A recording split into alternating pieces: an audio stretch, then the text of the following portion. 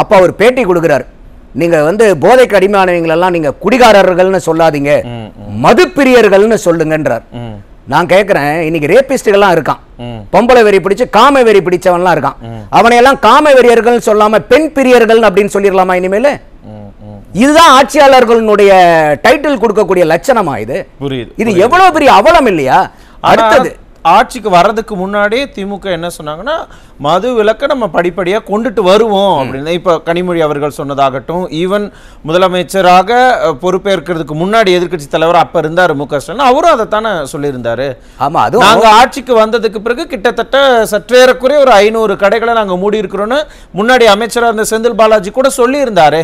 நம்மளுடைய கேள்வி என்ன வருதுன்னா, இன்னைக்கு அந்த கொரோனா டைம்ல கூட எல்லாருக்கும் உயிருக்கு பயந்துட்டு வீட்டுல இருக்கும் போது கூட ஸ்டாலின் அவர்களும் அவர்களோட குடும்பத்தாரும் எங்க உயிரெல்லாம் முக்கியம் இல்ல, தமிழக மக்களுடைய நலன் அதுதான் முக்கியம்னு சொல்லிட்டு எல்லாம் அவங்க வீட்டுக்கு முன்னாடி பேனர் பிடிச்சு டாஸ்மாக மூடுவான்னு சொன்னாங்கல்ல.